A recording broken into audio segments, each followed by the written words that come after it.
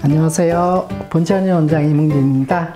오늘은요, 후성 유전학과 교정과의 관계에 대해서 좀 살펴보도록 하겠습니다. 후성 유전학과 교정과의 관계를 지금부터 살펴보도록 하겠습니다. 우선 후성 유전학이 뭔가를 들어가기 전에요. 약간 좀 기본 개념을 좀 알으셔야 될 것 같아서 조금 준비하고 그래서 후성 유전학 들어가기 위해서 이렇게 표시를 해봤습니다. 어쨌든 인간 그 DNA 유전자 그 염기쌍이 약 한 30개 정도가 되는데요. 그 중에서 정말 유전 정보, 코드화된 유전 정보는 그 한 1% 정도에 해당되는 한 26,000개인가 5,000개인가 뭐 그 정도밖에 안 된대요.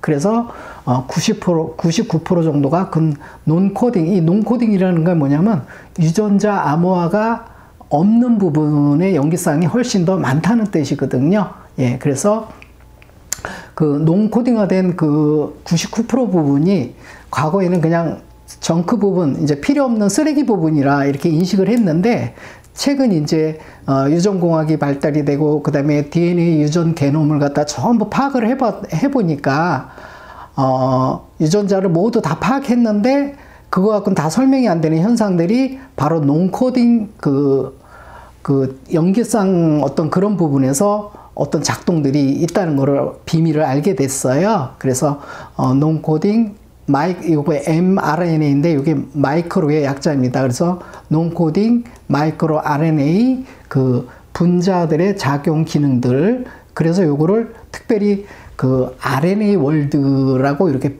하나의 RNA 세계다 이렇게 해서 지금 아주 그 유전공학계에서는 아주 유전학이라든가 유전공학계에서는 되게 아주 핫한 어떤 그 이슈로 떠오르고 있거든요.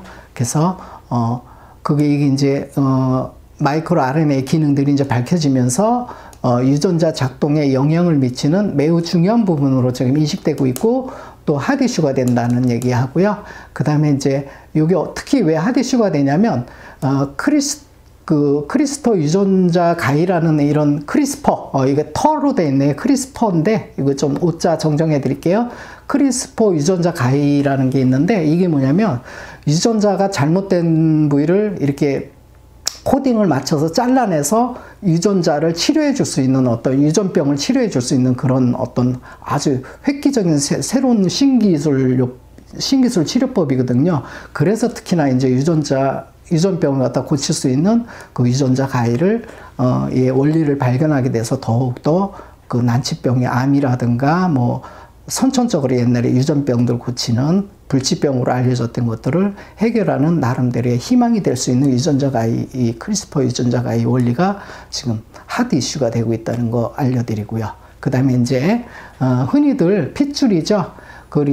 이제 부모님의 정자하고 난자하고 수정이 되면서 그 DNA 이중나선으로 해서 염기서열로 해서 암호로 코드화된 그 유전체 게놈을 물려받죠, 부모님한테. 근데 그거는 이제 선천적인 거죠. 선천적인 것으로 개체의 어떤 그 태어날 그 자손의 그 개체의 생물학적 모든 특성들이 담긴 청사진과 같은 건데 그 다음에 또는 청사진이나 설계도, 청사진이 담긴 설계도죠. 그 다음에 이제 개인의 모든 생체 정보가 담긴 생명 작동 프로그램의 주형틀. 이 주형틀이라는 게 어떤 기본 어떤 설계도, 청사진 뭐 같은 얘기입니다. 근데 생명 작동 프로그램의 주형틀이라고도 할 수도 있는데 그런 것과 같은 것으로 DNA의 특징은 뭐냐면 쉽게 변하지 않는 구조로 되어 있습니다. 그리고 이게 변하면은 안 돼요. 왜냐면 이게 변하는 것이 DNA 유전자 염기 서열이 결국은 변한다는 것이 곧 돌연변이거든요. 돌연변이면 원래 그 개체 그 DNA 유전자는 되게 안정적이어야지 평생 안정적인 구도를 유지해야지 그 사람의 어떤 생물학적 특성이라든가 개인의 모든 특성을 이렇게 계속 이렇게 보존을 해주는데 이게 변화가 되면 유전변이, 돌연변이가 일어나서 병들이 막 암도 생기고 여러 가지 유전병이 생기게 되는 거거든요. 그래서 그 구조가 이 DNA 이중나선 구조이기 때문에 얘네들은 변형이 잘 안 되게 돼 있는 구조이기 때문에 이중나선 코드고요. 아까 그 mRNA 같은 거, 이 RNA 월드에 해당되는 그 그 마이크로 RNA라 이런 거는 단일 구조예요, 대개가. 그렇기 때문에 이런 것들은 막 역동적으로 막 변해버리거든요. 그래서 요새 그 코로나 바이러스도 이 RNA를 퍼뜨려서 세포의 DNA를 막 이렇게 조정을 하는 뭐 이런 것들이, 역할들이 이런 것도 있지만, 또 반대로 여기서 질병을 치료하는 아주 긍정적인 것들도 되게 기능들이 지금 뒤에 나오겠지만 한 몇만 개 정도가 이게 새롭게 밝혀지고 있고 그렇대요. 그래서 그거를 전체를 RNA 월드 세계라 하고요. 또 하나는 이 우리가 DNA가 먼저고 RNA가 나중인 줄 알았는데요. 오히려 RNA, 마이크로 RNA 이런 것들이 먼저 생겨서 DNA가 오히려 그 새끼로 이렇게 조성이 됐다는 거, 그게 요새 또 새롭게 그 생물학적으로 밝혀지고 있습니다. 그래서 어쨌든 DNA 유전자 염기 서열 변이, 즉 돌연변이, 그게 이제 돌연변인데, 유전자 돌연변이나 결함, 유전자 돌연변이가 이게 쓸데없이 중복되는 경우도 있고요. 또 오히려 이제 있어야 될 부분이 탈락이 되면서 결함으로 없어지는 경우들이 있거든요. 정상하고 비교해서. 그럴 때 이제 나타나는 질병들이 있는데 그거를 흔히 유전병이라고 합니다. 그러니까 그렇게 되고요. 그다음에 이제 그런데 이러한 그 유전자 서열의 변이나 결손 없이 DNA 유전자의 전사 발현 작용, 그러니까 DNA 유전자가 있는데 유전자가 있어도 그거를 전사를 해서 발현을 해야 유전자 실제 효과가 나타나는 거거든요. 그래서 이제 아예 요 주형틀 자체에서 유전자의 서열이 문제가 생기면서 이 전사 발현이 이상하게 생기는 거는 그야말로 유전병인데, 이 DNA 유전자 염기 서열은 주형틀은 변화가 이상이 없는데도 요 유전자 전사되는데도 여기 또 다른 여러 가지 그 후성적인 어떤 관계에 따라 유전자가 발현되는 어떤 그런 어떤 발현이 조절이 되거든요. 그런 부분을 다루는 거. 그러니까 이제 전사 발현 작용의 조절에 의해서도 개체의 유전적 표현이 달라지는데, 바로 이러한 문제들을 다루는 것이 후성 또는 후생 유전학이다, 이렇게 보거든요. 그래서 이제 쉬운 예로 뭐냐면, 일랑성 쌍둥이 같은 경우는 선천적인 유전자 프로그램은 똑같거든요.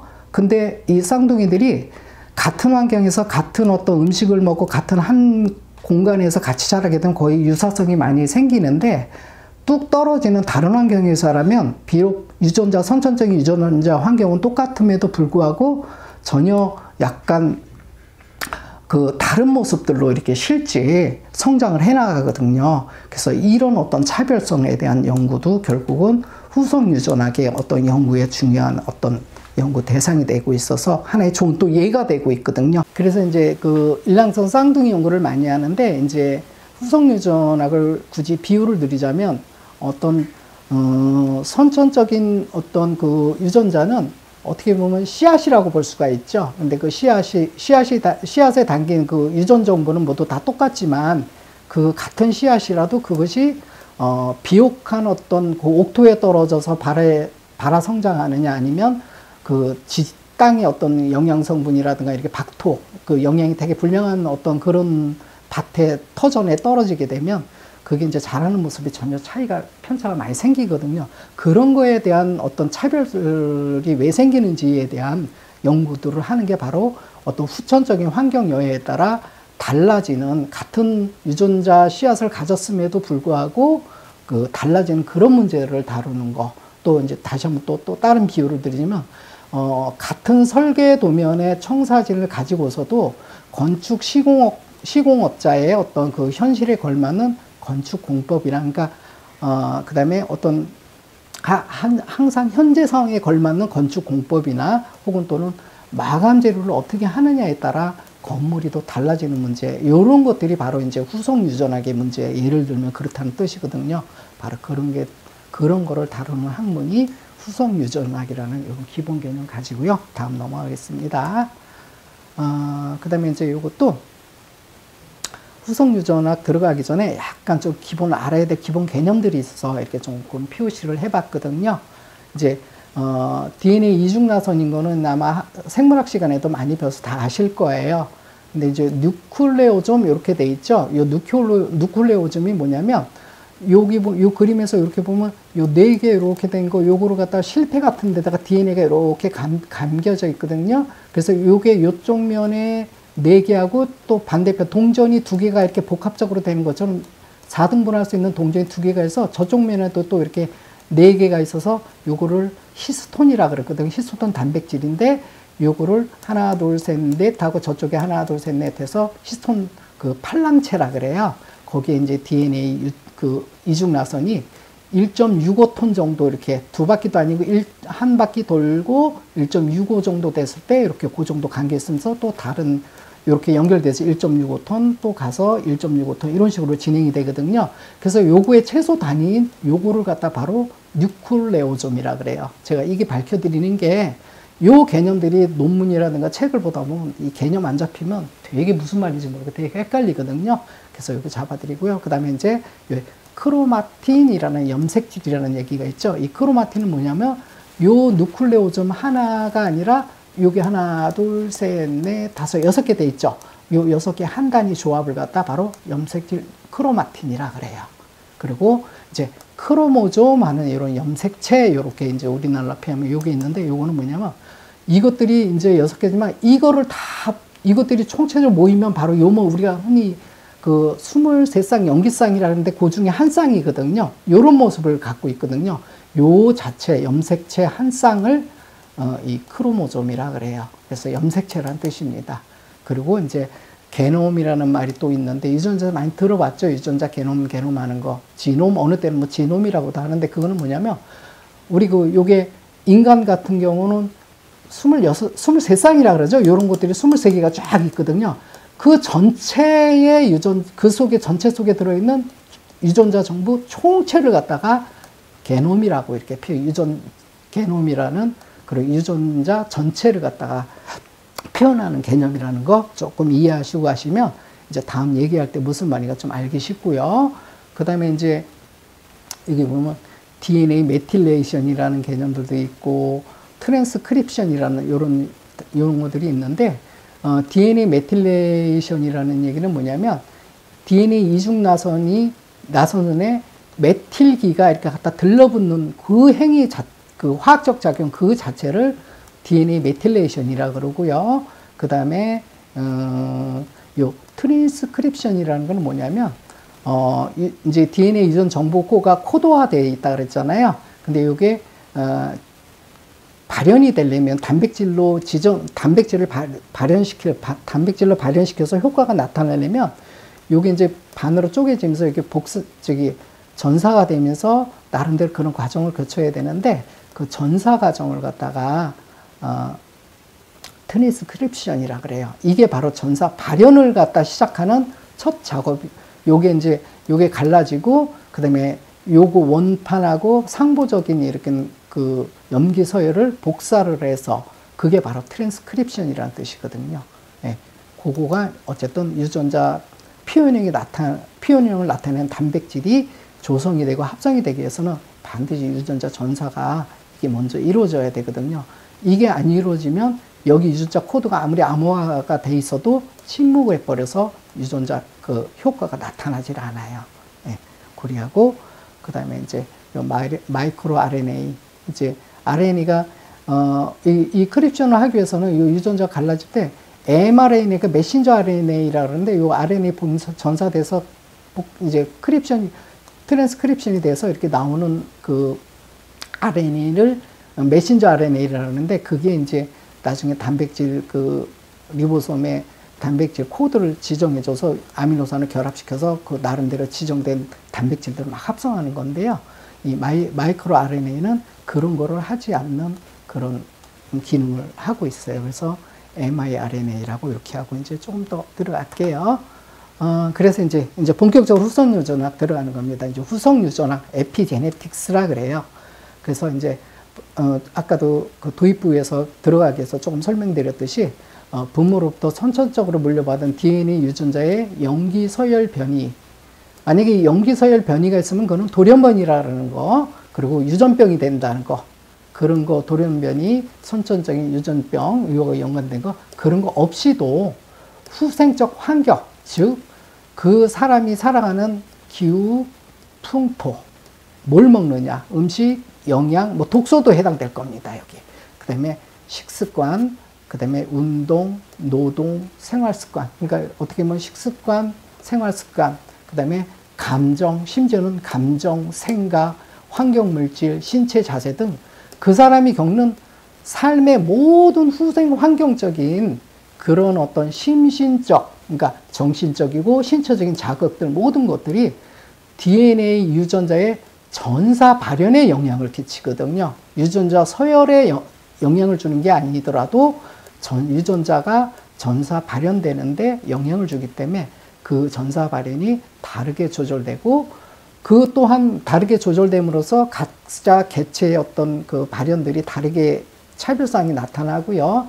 그리고 전부는 아니지만 그런 어떤 발현 조절에 대한 어떤 패턴들이라든가 이런 것들이 이제 있는데 그런 것들의 일부가 그 패턴의 후손으로 그 패턴이 후손으로까지 유전되어 영향을 미친대요. 그래서 그런 것들 모든 것을 현상을 연구하는 학문이 특히 그 최첨단 지금 분야거든요. 그 학문 분야가 바로 후성 유전학이라고 합니다.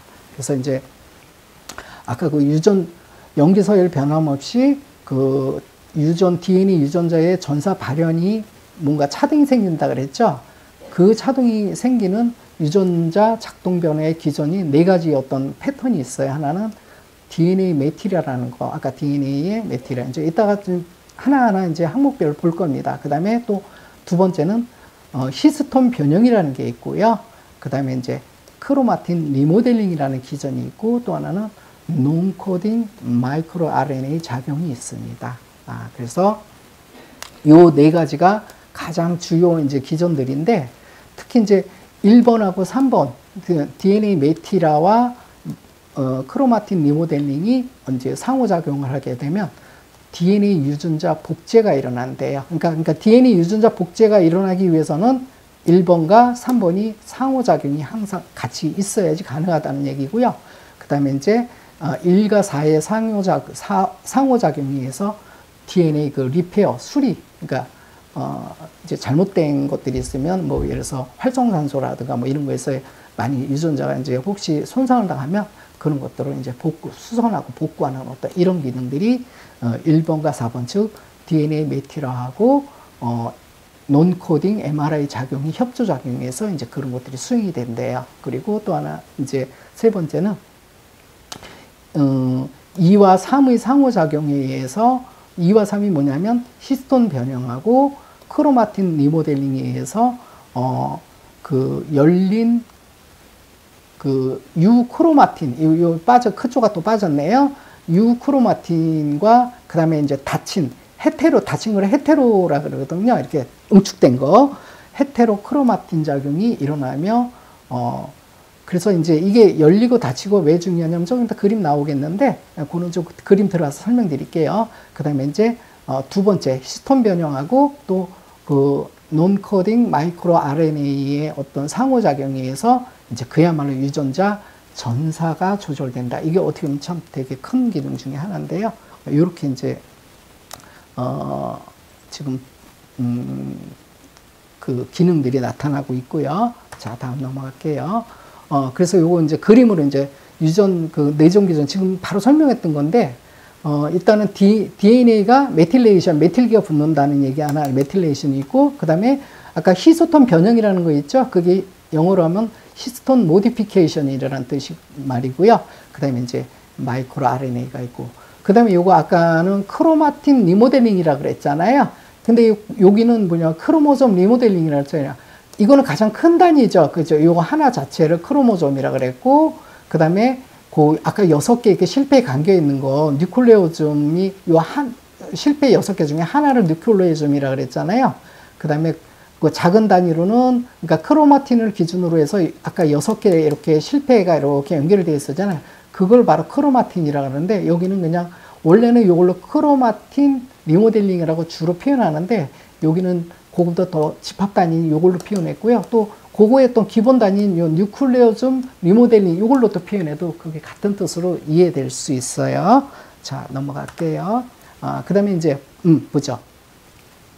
아까 그 크로마틴, 유크로마틴하고 헤테로 크로마틴 그런 것들이 뭐냐면, 이게 아까 실패들 그 크로마틴의 모습들인데, 이게 이제 뭐가 붙느냐에 따라 이게 DNA 메틸레이션이 일어나게 되면 요 사이가 요게 뭐냐면 정기적으로 이걸 이렇게 붙이게 만들고 실패를 꽉 감아버리게 만들므로 인해서 원래 유전이 그 전사가 되고 발현이 되려면 이게 느슨하게 풀리면서 이중나선도 또 하나씩 양쪽으로 갈라지면서 거기서 이제 마이크로 RNA가 전사 복사가 돼서 이렇게 나와야지 이제 그다음부터 다음 진행들이 이렇게 진행이 되면서 유전자 표현형이 나오게 된 표현형 단백질이 그 합성이 돼서 이제 표현형 실제 세포 효과가 표현형으로 나오게 되는데 요게 이렇게 닫혀있게 물리적으로 구조로 닫히면 접근들이 안 되겠죠. 그 전사에 관계되는.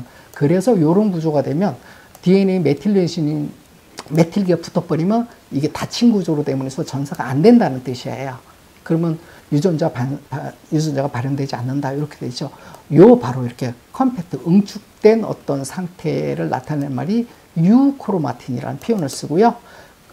헤테로크로마틴이라는 표현을 쓰고, 그 다음에 이제 여기가 이제 메틸레이션이 DNA로 얘기하면 DNA 메틸기가 떨어져 나간다든가, 그거를 탈메틸레이션이라 그러거든요. 아니면, 히스톤이라는 이 히스톤이 뭐냐면, 아까 요거가 팔랑체로 여기 4개, 저쪽 4개에서 이중으로 붙어서 팔랑체라 그랬죠? 요 하나하나를 히스톤 단백질이라 그러거든요. 요 히스톤 단백질에 이렇게 꼬리가 있어서, 아미노산 꼬리가 있어서 특히 N말단 잔기, 그 아미노산은 보면 C말단이 있고 N말단이 있거든요. 근데 요 나온 그 꼬리가 N말단 쪽으로 나오게 있어요. 그래서 N말단 잔기 요쪽에 아미노산 순서들이 있는데, 여기 어디 몇 번에 뭐가 이렇게 붙는, 아세틸기가 붙느냐에 따라 이제 또 유전 어떤 그 전사의 효과를 갖다가 또 조정이 되거든요. 그런 거를 바로 히스톤 아세틸레이션이라 그래요.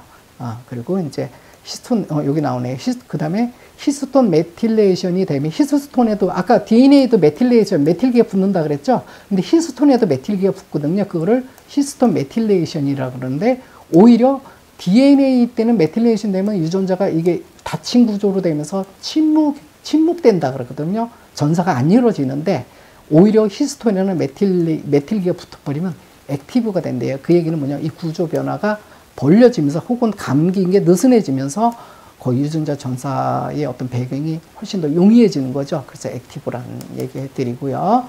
그 다음에 이제 히스톤 아세틸레이션. 이 히스톤에 아세틸이 붙으면 그걸 아세틸레이션이라고 그러거든요. 그러면 오히려 또 이런 구조가 되면서 또 유전자가 액티브한 형태로 돼요. 근데 이제 히스톤이 메틸레이션이 붙으면서 또 요건 리프레스라 그랬죠. 그래서 요건 억제라는 뜻이거든요. 결국은 뭐냐면 히스톤에는 DNA는 메틸기가 붙으면 유전자 침묵, 즉 억제가 되고요. 그 다음에 히스톤에 아세틸기가 붙으면 히스톤은 활성화가 됩니다. 근데 히스톤에 메틸기가 붙으면 그 N말단 잔기의 상황에 따라 어느 때는 액티브가 되기도 하고 어느 때는 억제가 된다는 거. 이런 다양한 기전들에 의해서 그 유전자 발현 조성이 조절되면서 후성 유전학이 형성이 된다는 얘기죠. 예, 다음 넘어갈게요. 이제는 기본 설명 다 알으셨으니까 쭉쭉 읽어가면서 설명드리겠습니다. 일단 DNA 메틸이라는 연기 중에 하나인 사이토닌, 사이토신이라고 써있는데 그냥 시토신 같은 말입니다. 시토신에 5번째 탄소, 여기 탄소 고리가 이렇게 있는데 여기 1번, 2번, 3번, 4번에서 요 5번째 여기거든요. 5번째 탄소에 바로 메틸기가 뭐냐면 바로 CH3가 요게 메틸기라 그래요. 요게 붙는 게 바로 메틸레이션이라 그래요. 그냥 이렇게 붙는 것 자체가 DNA에. 요거가 붙는 것을 말한다. 그러나 모든 시토신에 메틸기가 붙는 것이 아니라 시토신 다음에 구아닌이, 그러니까 시토신, 염기설이 시토신, 그 다음에 구아닌, 이런 식으로 또 오는 뒤에 경우에만 메틸화가 진행이 된대. 메틸기가 그런 때만 진행이 된대요. 이런 조합이 보통 한 70%에서는 메틸화가 정상적으로 되어 있대요. 근데 이제 아래 그림 이제 조금 이따 나올 건데요. 어떤 시토신이 메틸화 되려면, 재료로 엽산의 대사산물인, 셈이라 그러는데, 요거는 S-아데닐 메티오닌이라 그러죠. 요게 이제 필요하대요. 그리고 DNMT, 요거는 뭐냐면 DNA 메틸 트랜스퍼라제, 요거는 뭐냐면 메틸기를 이렇게 전달해주는 효소예요. 그러니까 효소도 있고 공여자도 필요하고, 그러니까 메틸기를 공여해주는 공여자도 필요하고, 그 공여된 메틸기를 트랜스퍼라자 이런 옮겨주는 효소가 또 필요하대요. 그래서 그렇게 해서 DNA 메틸 옮겨주는 건데, 거기 또 다 중간에 다 작용이 되는데, 그 DNA 메틸이라는 유전자 발현 억제라 그랬죠. 아까 DNA 선, 이중나선에 메틸화가 되면 유전자가 응축되면서 발현을 할 수, 아니 꽉 감긴다든가 이러면서 유전자 발현을 할 수가 없겠죠. 그러니까 화학적인 작용이 결국은 구조의 물리적인 어떤 변화를 일으켜서 그 전사인자들이 접근하지 못하게 이제 물리적으로 구조를 눈을 닫아버리는 거죠. 예. 그래서 전체 DNA에 보통 시토신 다음에 구아니신이 연속적으로 나오는 염기의 조합은 사실 전체에서 확률상 한 3, 4%, 16분의 1 정도, 3, 4%밖에 안 된대요. 근데 이제 DNA 그 특정 부위에 CAG 조합이 물려있는 곳인데 이를 CPG 섬이라 그러는데요. 그러니까 이제 C와 G로 바로 연결되는 어떤 그런 DNA 코드가 쫙 있는데 요게 뚝뚝 떨어지는데 요 CPG 섬 같은 경우는 요게 바짝 C와 그 G로 연결되는 그런 부분이 밀집되어 있다는 거지. 그래서 하나의 섬이라는 뜻이죠. 그래서 CPG 섬이. 이 섬이라는 거는 뭐냐면 유전자 코드가 아까도 얘기했지만은 코딩화되어 있는 부분하고 1%밖에 안 된다. 그래. 100이라면 1%밖에 10개밖에 안 된다 그랬잖아요. 그러니까 이거 뚝뚝 떨어져 있거든요. 암호화된 부위가, 코딩화된 부위가. 그래서 그 각각 떨어진 각각 부분이 마치 섬처럼 뚝뚝 떨어져 있다. 그래서 그 아일랜드라는 이런 표현을 쓰죠. 예. 그래서 대부분의 그 사이토신, 시토신의 메틸화가 되어 있는 것에 비해서 CPG 섬 사이, 그러니까 대부분은 메틸화가 되어 있기 때문에 유전자가 이렇게 전사가 안 되고 mRNA가 이렇게 들러붙지 마이크로 RNA 뭐죠? 이렇게 유전자 전사 작동이 못 이루어지게 되는데 이 CPG 섬의 그 시토신은 거의 메틸화가 원래 정상 상황에서는 안 돼 있어야 되는데요. 왜냐면 이 CPG 섬 이런 부위는 프로모터 위치에 전사체가 결합하기 좋도록 열린 아까 유크로마틴 상태라 그랬죠. 그 구조를 유지하기 위해서다. 그랬죠. 이게 무슨 말이냐면 프로모터 부위 위치가 뭐냐면요. 유전자 전사가 시작될 때 그 유전자 전사를 시작하는 부위예요. 그러니까 어떤 유전자가 표현이 되려면 이 프로모터 부위가 먼저 작동이 돼야 되거든요. 근데 거기에 이 CPG 섬이 되게 많이 위치를 하고 있기 때문에 대개는 여기에 메틸기가 DNA 메틸기가 안 붙어 있는데 이제 이런 왜냐면 그 안 붙어 있는 거는 프로모터 부위가 충분히 활동을 잘 할 수 있게끔 하기 위해서 잘 안 붙어 있는데 어떤 문제가 있거나 음식성 여러 가지 생활 습관이라는 거 뭐 문제가 있으면 이쪽에 메틸기가 많이 들러붙어 있어서 유전자 침묵을 유도해야 된대요. 그러면은 유전자를 막 발현시켜야 되는데 침묵이 되면 그것도 비정상이 돼버리거든요. 그런 얘기입니다. 그래서 요게 이제 아까 얘기했지만 시토신이 요런 구조인데 여기에 셈에서 CH3를 전달하는 이 셈은 뭐냐면 메틸기 공여자고요. 그 다음에 요게 요 공여를 해서 이쪽으로 전달을 메틸기가 여기 뭐냐면 요게 탄소 1번, 2번, 3번, 4번, 5번이에요. 이게 1번 탄소 번. 그래서 번호를 그렇게 매기거든요. 그래서 아까 5번 탄소에 메틸기가 붙는다는 얘기했죠. 그리고 요 공여자를 그 메틸기를 공여자한테 받아서 DNMT, DNA 메틸 트랜스퍼라자는 효소가 바로 여기다가 그 메틸기를 옮겨서 이렇게 붙게 만들어 주는 거예요.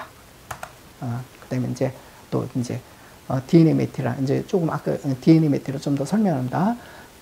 정상적인 세포의 DNA는 전체적으로 시토신의 메틸화가 되어 있는 반면, 그러니까 이제 정상적일 때는 전체적으로 시토신의 메틸화가 되어 있는 반면, 아까 프로모터 부위, 그러니까 유전자를 게시하는 부위고 여기에 그런 데라 그랬죠. 이런 부위에는 거의 메틸화가 되어 있지 않대요. 이게 정상 모습이래요. 근데 암이 진행되는 단계에서는 반대 현상이 일어나서 오히려 프로모터 부위에 집중적으로 메틸화가 진행이 되고, 그래서 프로모터 하이퍼 고밀도 메틸레이션이 형성이 되고, 그다음에 DNA 전체적으로는 메틸화가 오히려 감소되는 그 글로벌, 그러니까 넓은 지역 있죠. 그런 부위는 다 하이퍼 좀 낮은 어떤 메틸레이션이 이렇게 볼 수가 있대요. 그래서 이제 이걸 다시 말해서 프로모터의 과메티라는 종양 억제 유전자의 스위치를 끄게 됨으로 암이 발생된대요. 그러니까 뭐냐면 프로모터가 원래는 유전자 개시를 알리는 중요한 부위잖아요. 근데 거기 과메티라 되면 이쪽이 침묵을 일을 열심히 해줘야 되는데 개시를 해줘야 되는데 여기 문을 닫아버리거든요. 근데 그 유전자가 특히 종양 억제 유전자에 담당하는 프로모터라면은 종양을 억제 유전자는 뭐냐면 종양을 억제해주는 유전자거든요. 근데 얘가 스위치를 끄게 되면 당연히 암이 발생이 되겠죠. 그런 뜻입니다. 그리고 일반적으로 DNA의 전체적인 저메틸화로 DNA 구조의 그 불안정성을 가중시켜 암을 일으키게 됩니다. 요게 뭐냐면 DNA 구조가 메틸화가 안 돼서 왜 불안정하냐면요. DNA 그 이중 나선 구조가요. 제가 얘기했잖아요. DNA 그 이중 나선 구조는 그 개인의 모든 정보가 농축된 비밀 어떤 그 조절 어떤 청사진이기 때문에 이게 어떤 다른 분자들의 어떤 활성산소 공격이라든가 다른 단백질 공격이라든가 이런 어떤 균들이 뿜어내는 그 마이크로 mRNA 공격이 간섭이 들어오면 얘가 막 질서가 엉망이 되겠죠. 그럼 막 유전자 돌연변이가 생길 거 아니에요. 그러면 얘네 안정성이 보장이 안 되는 거잖아요. 그러면 막 이상한 병들이 막 생기거든요. 왜냐면 이 개체의 고유의 그 특성을 이 사람 일생 동안 보존하도록 보존해줘야 되는 그런 역할이 갖고 있는 게 바로 DNA 유전자인데 걔가 막 어떤 외부 환경 변화에 막 좌지우지되면서 흔들려 버리면요. 그 개체의 어떤 존재가 정상으로 살아남을 수가 없어요. 그래서 DNA 유전자는요. 어떤 특징이냐면 되게 부끄러운 소녀처럼 외부 환경에 되게 수동적이에요. 가능하면 잘 이렇게 참 문이 닫혀 있어요. 그리고 정 필요할 때 이제 그럴 때 문을 살짝 열어주는 이런 어떤 입장이거든요. 근데 RNA는요, 되게 날뛰고 설쳐요. 특히 마이크로 RNA 같은 거. 막, 우리 그 mRNA가 일부 쪼가리가 나서 마이크로 RNA도 바뀌기도 하고 또 균들이 여기서 코비드 바이러스 이 균들이 들어와서 막 얘네들이 마이크로 RNA 공격을 막 하면 결국 얘네들이 막 공격하는 거는 우리의 수집은 꼭 보존되고 지켜져야 될 유전자 이 DNA 이거를 갖다가 방어를 해야 되는데 얘네들이 뚫고 들어오면 안 되잖아요. 그래서 대부분 메틸기를 부착함으로 인해서 이렇게 응축되고 숨겨져 있는 거죠. 비밀스럽게. 그래서 보존을 하는 거예요. 그래서 평상시 때는 그 프로모터 부위는 활동을 많이 해야 되기 때문에 좀 메틸기가 좀 덜 붙어 있고 그 외의 영역들, DNA 그 외의 영역들은 조금 더 DNA 메틸기들이 많이 붙어서 얘를 비밀스럽게 응축된 상태를 보호를 하고 있는 거예요. 이게 되게 중요한 얘기거든요. 근데 이 반대로 되면 바로 이제 암이 진행된다든가 여러 가지 이제 질병들이 나타나게 된다는 뜻입니다. 예. 그리고 그 앞서 말한 것처럼 메틸화의 어떤 이중적 작용, 즉 프로모터 부위, CPG 아일랜드라 그랬죠. CPG 섬이라 그래요. 거기에 그 가메틸화와 DNA 전반의 저메틸화가 암을 일으키는 핵심 메커니즘으로 설명되고 있대요. 특별히 근데 이제 뭐냐면 특별히 암종마다 특별하게 관여하는 종양 억제 유전자도 종류가 많대요. 그 종양 유전자의 메틸화가 암의 진행 단계에서 되게 중요하다. 그런 얘기를 하나 하고 있고요. 그 다음에 이제 또 하나는 음식이 DNA에 미치는 영향은 본인에게만 국한되지 않는다. 예를 들어 산모 같은 경우 산모의 어떤 영양과 환경적인 어떤 요인은 태아의 DNA까지 영향을 주고 태아의 그 어떤 성인의 질병에까지 영향을 준다 이렇게 돼 있죠. 그만큼 뭐냐면 어떤 꼭 유전자 염기 서열이 변화가 없더라도 유전병이 아니더라도 이런 후성 유전학적 기전을 따라서 되게 뭐 음식이라든가 모든 것들이 다 또 2세까지 후손에게까지 전해진다는 뜻이거든요. 즉 태아 어떤 그 상태의 산모의 어떤 음식 섭취 등이 어떤 산모가 되게 스트레스를 많이 받는가 이런 영향들, 정신적인 영향들 다 연관되겠죠. 그런 것들이 결국은 태의 질병을 결정하는 것을 특히 이제 그렇게 이제 산모의 어떤 상태가 태의 질병까지 결정하는 것을 태아 재프로그래밍이라는 그런 용어를 쓰고 있고요. 이 기전의 핵심이 바로 DNA 메티라에 의해서 결정이 된답니다. 그 다음에 이제 DNA 메티라의 효과작용인데, 요거는 뭐냐면 제가 요 박문호 박사가 이 과학 강의들 많이 하시죠. 아주 유튜브에 아주 거의 지배하다시피 하는데, 이분이 아주 그 근본 원리라든가 아주 참 열심히 많이 밝혀주시고 계시더라고요. 그래서 그건 내가 좋은 점이 있어 또 발췌해 봤는 건데, 특히 이제 147년 우주 진화의 역사, 특히 4강 2018년도 강의더라고요. 강의 되게 많더라고요. 거기서 이제 미토콘드리아라는 어떤 제목의 강의에서 유튜브 동영상을 발췌한 건데, DNA 메티리아의 효과작용이 일단 셀룰라 퓨리포텐시라 그래요. 포텐트라 그래요. 포텐이 그게 뭐냐면 줄기세포 같은 거에 분화 반응 이런 것들이 또 메티라의 영향을 많이 받는데요. 그 다음에 크로마틴 컴팩션, 크로마틴이 응축된다는 거 아까 얘기했죠. 그래서 유전자 침묵이 형성이 되는 어떤 물리적인 구조가 형성이, 기계적인 구조가 형성이 된다는 거. 그 다음에 이제 바로 요거는 비슷한 얘기는 분화 반응이 결국은 되면 세포의 어떤 디퍼런시에이션 분화거든요. 그래서 어떤 줄기세포가 각자 성체세포로, 간의 성체세포, 뭐 뇌의 성체세포, 심장의 성체세포, 그래서 다양하게 분화 기능을 갖다가 이렇게 또 어떤 컨트롤 한다는 뜻.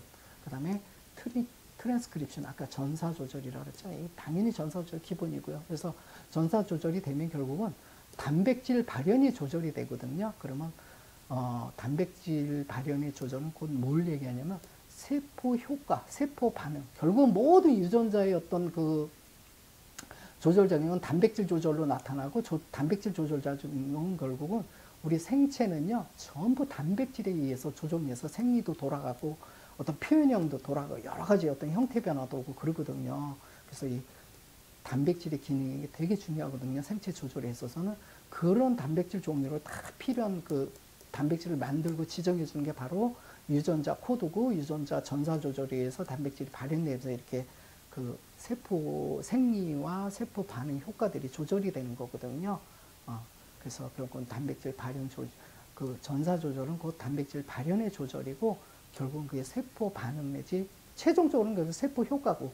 그러면 세포 반응, 세포 효과는 뭐예요? 결국 우리 몸을 구성하는 기초 단위잖아요. 얘네들이 총체적인 어떤 또 세포들에 의해서 결국은 생체 조절이 다 되겠죠. 그게 다 연관되는 겁니다. 그래서 유전자가 결국은 또 생체를 갖다가 전부 다 조절하잖아요. 네, 그런 개념이고요. 그다음에 이제 히스톤 변, 두 번째로 이제 히스톤 변형. 여기 히스톤 모디피케이션 이렇게 돼 있죠. 이 히스톤 변형은 뭐냐면 아까 얘기했죠. 8개의 팔랑체로 된 히스톤. 실패 안 하고 4개, 저쪽 4개, 저쪽 4개, 하나하나를 그걸 갖다 히스톤 단백질이라고 그러고, 그 8개로 돼서 하나의 실패를 구성하거든요. 전체 코드를. 그거 히스톤은 뉴클레오솜이라는 복합체를 만들고, 그죠? 뉴클레오솜, 그러니까 생각 실패 하나하고 그 DNA 1.65톤 돼 있는 거, 그 자체를, 그 복합체를 뉴클레오솜이라는 얘기. 그리고 주요 기능은 DNA를 구성하는 30억 개의 염기 사슬을 갖다 칭칭 감아주는 실패 역할을 한다는 거 아까 얘기했죠. 근데 8개의 히스톤에는 각각 꼬리가 있는데, 그 꼬리에 아세티라, 유전자 발현, 이제 그 꼬리에 이제 아미노산 한 120 하나 정도나 120개 정도의 이 꼬리, 그 연결된 그런 꼬리가 있는데, 그것도 N축 그 꼬리가 있는데, 거기에 이제 아세티라가 되면 아까도 얘기했지만 DNA 유전자의 메티라는 유전자 억제. 근데 여기는 꼬리 아세티라가 붙으면 유전자 발현을 활성화한다 그러죠. 반대로 탈아세티라 되면 반대 기전이겠죠. 억제가 되겠죠, 히스톤에. 대신에 또 히스톤에 메티라가 붙으면 잔기에 따라, 아까 얘기했지만 히스톤 그 메틸레이션에서 억제도 있었고 액티브 활성도 있었죠. 이 잔기에 따라 그거는 유전자 발현 또는 억제가 결정된다는 얘기 아까 드렸고요. 그거에 따라 이제 그 다음에 또 퀴티노나는 이거는 뭐냐면 단백질을 분해하는 어떤 명령이 이제 코딩되는 어떤 그런 전사 발현이 일어나는 건데, 이러한 것 등에 의해서 미세한 변이가 있을 때 여기를 지나가는 유전자의 발현에 영향을 주게 되어 결국은 히스톤 변형도 중요한 후성 유전학적인 스위치의 하나가 된다. 그러니까 하나의 뭐냐면 기전이 된다 이런 뜻이죠. 특히 아세틸기가 가장 중요한 변형 중에 하나이다. 아까 메틸레이션도 되고 뭐 이랬지만 그래도 히스톤에는 아세틸, 아까 그 DNA는 메틸기가 주 어떤 기존의 그 작동 요소였던데, 히스톤에는 이 아세틸화가 가장 중요한 그 기전 중에 하나라 그랬죠. 그래서 히스톤 고리에 아세틸을 붙이는 그 효소, 그 아세틸 기름을 붙여주는 효소가 있잖아요. 그거를 히스톤 아세틸라제라 그래요. 그래서 HAT라고 이렇게 쓰기도 하고요. 반대로 또 아세틸기를 떼어내는 거, 그걸 탈아세틸레이션이라 그러는데, 그런 작용을 하는 어떤 그 효소가 또 있겠죠. 그 효소를 히스톤 디아세틸레이션, 그래서 영어하면 HDAC 이렇게 부릅니다. 그래서 이런 두 개의 효소 작용에서 아세틸기가 붙었다 떨어졌다, 아까 메틸기도 붙었다 떨어졌다 하는 나름대로 효소 작용 공유자도 있고 있었죠. 그런 겁니다. 그래서 특히 HAT 히스톤 아세틸 트랜스퍼라자, 여기는 아세틸기를 옮겨주는 거, HAT 유전자 프로모터, 요거는 유전자 프로모터 부위에 아세틸화 시킴으로써, 요것도 얘기했죠. 아까 열린 크로마틴 구조를 만들어서, 열렸다는 얘기는 전사가 쉽게 된다는 어떤 물리적인 환경이 조성이 되는 거거든요. 그렇게 해서 유전자 발현을 활성화한다는 거. 반대로 그 아세틸레이션 떠버리는 효소가 작용이 되면 아세틸이 떨어지면서 크로마틴이 닫히는 거, 헤테로크로마틴 형태, 이렇게 응축이 되면서 닫히면 어떤 유전자 그 전사 활동들이 보호가 이제 비밀스럽게 잠겨져 있게 락킹이 걸리기 때문에 전사가 안 되겠죠. 그래서 침묵이 되는 거죠. 그래서 유전자 발현을 억제하게 되어 또 나름대로 질병을 일으킨다. 그러니까 이제 어느 부위에 따라 억제가 되느냐 이런 거에 따라 질병이 연관된다는 거 좀 넘어갈게요. 그래서 이제 히스톤 변형이란 이렇게 해서 좀 더 구체적인 얘기는 또 아까도 얘기했지만 박문호 박사가 그 얘기했던 그 자료에서 내가 이렇게 조금 발췌를 해서 정리를 했는데, 여기서 제가 이제 조금 요거는 읽어보시면 이렇게 되는데, 특히 이제 요것만 좀 메틸기가 뭐냐면 바로 CH3 요 자체를 메틸기, 요 메틸기가 붙느냐 떨어지냐, 그걸 붙는 걸 메틸레이션 뭐 이렇게 얘기하고요. 아세틸기는 COCH3래요. 이게 붙었다 떨어졌다. 근데 그 자리가 있대요. 그래서 메틸기는 특히 아미노산 그 리신하고 아르기닌 부위에만 또 특정 왔다 갔다 이렇게 붙었다 떨어졌다 하고요. 아세틸레이션은 그 히스톤의 리신 잔기에만 또 이렇게 붙는데요. 그 다음에 이제 포스포레이션, 그러니까 PO3 요거가 또 셀인과 트레오닌 그 아미노산 부위에 이제 또 붙었다 떨어졌다 하면서 또 후속 여전을 조정을 하고요. 그 다음에 유비키티네이션인데 뭐냐면, 이 유비키논이라는 아까 그 큰 단백질 있죠? 유비키틴 단백질, 요게 뭐냐면 어떤 단백질 분해를 지정하는 어떤 그런, 분해 작용을 유발하는 어떤 그 단백질 시작, 코드, 시작을 알리는 거거든요. 얘가 되면 막 이제 나머지 쓸데없는 단백질 다 분해하는 거기 때문에, 그 단백질 분해가 되면 결국은 세포 효과가, 그 단백질 분해가 되면 그 효과가 안 나타나거든요. 그렇게 하면서 또 어떤 세포의 그 반응 조절이 된다는 거, 후성적인 그 표현 작용이 좋아요. 그렇게 되는 거고. 그 다음에 이제 히스톤 변형의 두 번째 방식이 있는데, 그거는 뭐냐면, 히스톤에 감긴 DNA가 DNA 이렇게 느슨하게 만들어서 이렇게 슬립 현상, 이렇게 밀릴 수 있는 어떤, 약간 오픈된다는 개념이죠. 그런 현상도 있고. 그 다음에 이제 몇 가지가 있는데, 이런 것들은 좀 나중에 그 강의 참고해서 좀 더 구체적으로 하세요. 여기까지 다 하자니 너무 좀 복잡하니까. 그 다음에 이제 히스톤 M말 때문에 리신기를 약자로 쓰면 K라 그러거든요. K에 붙는 메틸레이션의 주요기용. 그러니까, 특히 히스톤 그 M말 때는 리신에 붙는 메틸기의 어떤 중요한 기능이 있는데, 요거를 또, 디테일하게 좀 밝히고 계시더라고요. 이 박문호 박사께서. 그런 부분들은 이제 H3KA 그랬죠. 이 H3는 뭐냐면은 요거 안에 읽는 법만 좀 알려드릴게요. H3는 히스톤이 4개가 있었다 그랬죠. 히스톤 3번 히스톤에 리신 자리에 이제 4번 이렇게 뭐가 이렇게 남바가 붙으면서 단백질 그 이름들이 이렇게 붙어 있는 거거든요. 그 나름대로 이제 고유의 이제 기능들하고 이름들이 있으니까 이 정도까지는 나중에 좀 더 관심 있는 분들은 요 강좌 꼭 보셔갖고 스스로 좀 터득하고요. 예, 넘어가겠습니다. 그 다음에 이제 세 번째 그 후속 유전의 기준으로서 마이크로 RNA라는 게 있는데, 표시는 이렇게 마이크로 RNA, 풀네임은 이렇게 되고 약자는 이렇게 쓰는데, 그 유전자 발현을 켜고 끄는 세 번째 스위치로 채공 각각맞는 것이 나오죠. 채공, 핫 이슈, 마이크로 RNA다. 단백질 전사의 매개체인 왜냐면 mRNA 요거는 많이 들어보셨을 거예요. 왜냐면 단백질 전사하면서 정보를 갖다가 이렇게 옮겨주는 단백질이죠. 그 다음에 이제 요에서 이제 tRNA 트랜스 RNA가 tRNA 이렇게 연결되면서만 이제 가잖아요. 그래서 메신저 RNA에 비해 단백질 그 코딩가 그러니까 뭐냐면 요 mRNA라 하는 거 이거는 뭐냐면 유전자 그 코드를 복사할 때 처음으로 전사를 하기 위해서 복제가 어떤 그 조성이 되는 RNA잖아요. 그래서 이거를 코딩화되어 있다 그래요. 왜냐하면 코드라는 건 유전자 정보가 암호화된 거를 복사를 이렇게 다시 하나의 그 복사를 체계를 지정 명령을 이렇게 갖고 있기 때문에 코딩화 됐다 그래요. 근데 이거와 무관하게 이거는 뭐냐면 기존 그 유전학의 어떤 기존의 중요한 그 단계거든요. 근데 그거 없이 논코딩, 코드화 되지 않는 RNA라 부르기도 하고, 그러니까 코드화가 안 돼 있다는 뜻이에요. 그리고 크기가 보통 15에서 한 25개 정도의 염기로 구성되어 있다. 그러니까 엄청 짧죠. 되게 그래서 되게 이렇게 몰레큘러 분자들이 작아요. 그 구성되어 있어 짧은 간섭. 그러니까 근데 얘네들이 뭐냐면 되게 간섭을 하거든요. 그 DNA 유전자 전사 조절을 되게 간섭을 하는 걸 조절하거든요. 그래서 짧은 간섭 RNA라고도 한다 이렇게 합니다. 그래서 small interfering 이제 방해하는 혹은 뭐 이렇게 간섭하는 이런 뜻이죠.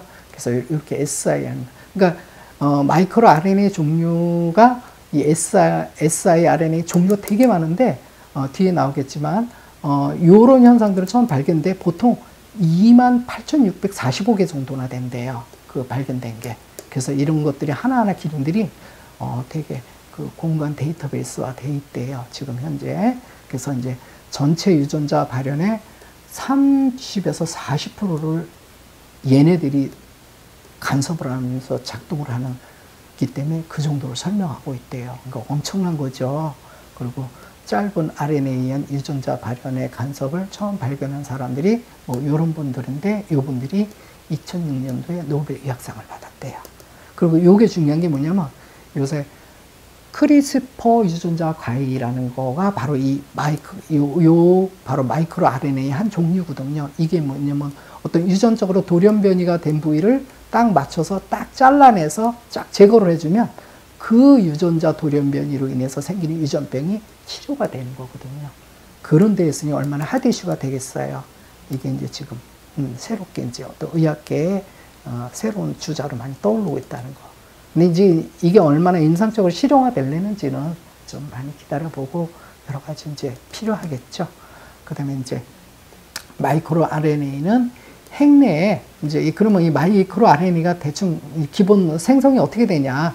뭐 밖에서 균에 의해서 들어온 것들도 있다 그랬죠. 그 요새 코비드 같은 경우 이 마이크로 RNA는 핵내의 DNA 일부분과 상보적인 아까 얘기했죠. 그 메신저 RNA의 일부가 떨어져 와서 원시 마이크로 RNA가 된대요. 그렇게 떠다니 그러니까 이제 마이크로 RNA 조각 떨어져 나간 조각이 논코딩된 부분의 조각들이 특히 이 프리 마이크로 RNA를 형성해서 떠돌다가 도로사라는 이런 단백질에 의해서 조금 이렇게 좀 더 성장이 돼서 전 마이크로 RNA가 된대요. 그래서 그러니까 마이크로 RNA 바로 전 단계, 프리라는 게 전 단계 그런 RNA를 성숙이 되고 다시 이게 이제 핵막을 통해서 나와서 세포질 내로 이동하면 또 다이서라는 어떤 그런 단백질에 의해서 성숙이 한 단계 더 갈증 성숙돼서 드디어 이제 마이크로 RNA로 진화를 하게 된대요. 그래서 나중에 자신의 염기서열과 같은 DNA 부위에 달라붙어서 유전자 발현을 억제를 한대요. 이게 바로 마이크로 RNA의 기능이고요. 결국 유전병이 있어서 어떤 유전자 돌연변이라 해서 잘라내기도 하는 걸 바로 이런 기능들을 활용해서 응용한 게 바로 유전자 가해, 크리스퍼 유전자 가해라는 얘기. 그래서 이게 되게 중요한 기능들로 질병 컨트롤 하는데 새롭게 각광받는 하나의 팩터로 이제 연구가 되고 있습니다.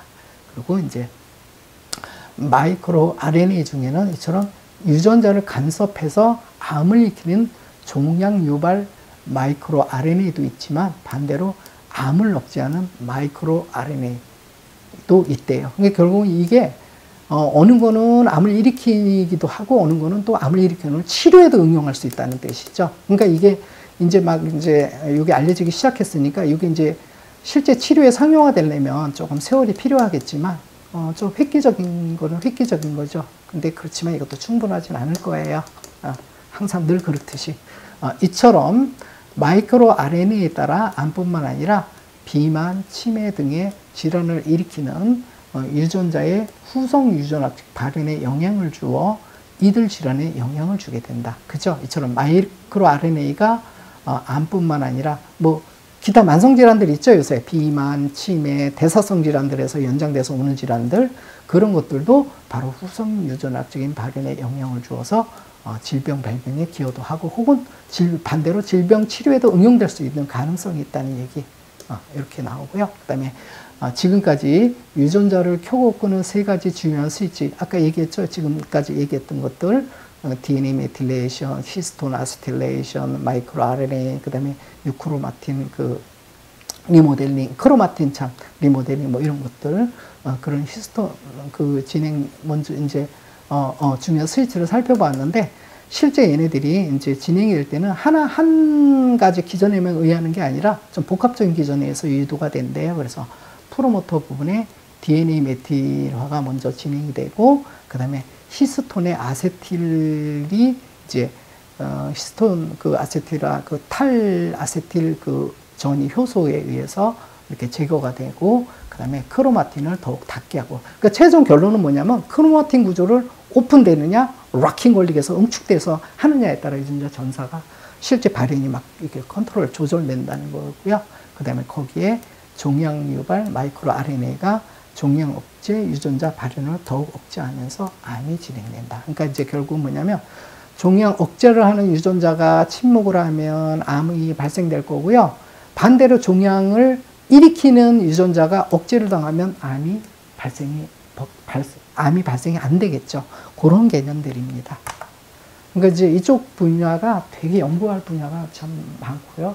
정말 이쪽에 관계된 모든 과학자들이 막 복합적 데이터베이스를 엄청 서로 공유해가면서 정보를 공유해가면서 이렇게 열어가야 될 신세계 같은 어떤 그런 세계거든요.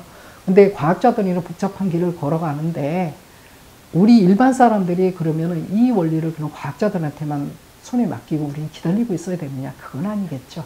만약에 내가 그거 같으면 이 PPT 안 올렸어요.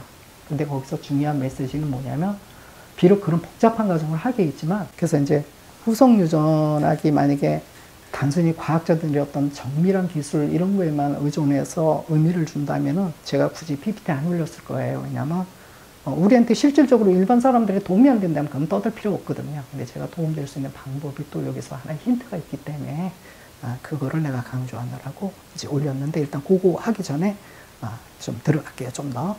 날 때부터 타고난 유전자 변이와 달리 후속 유전학의 핵심 개념은 뭐냐면 유전자는 환경, 그러니까 유전자가 선천적인 것에만 고정돼서 확정된 게 아니라 항상 환경적인 요인.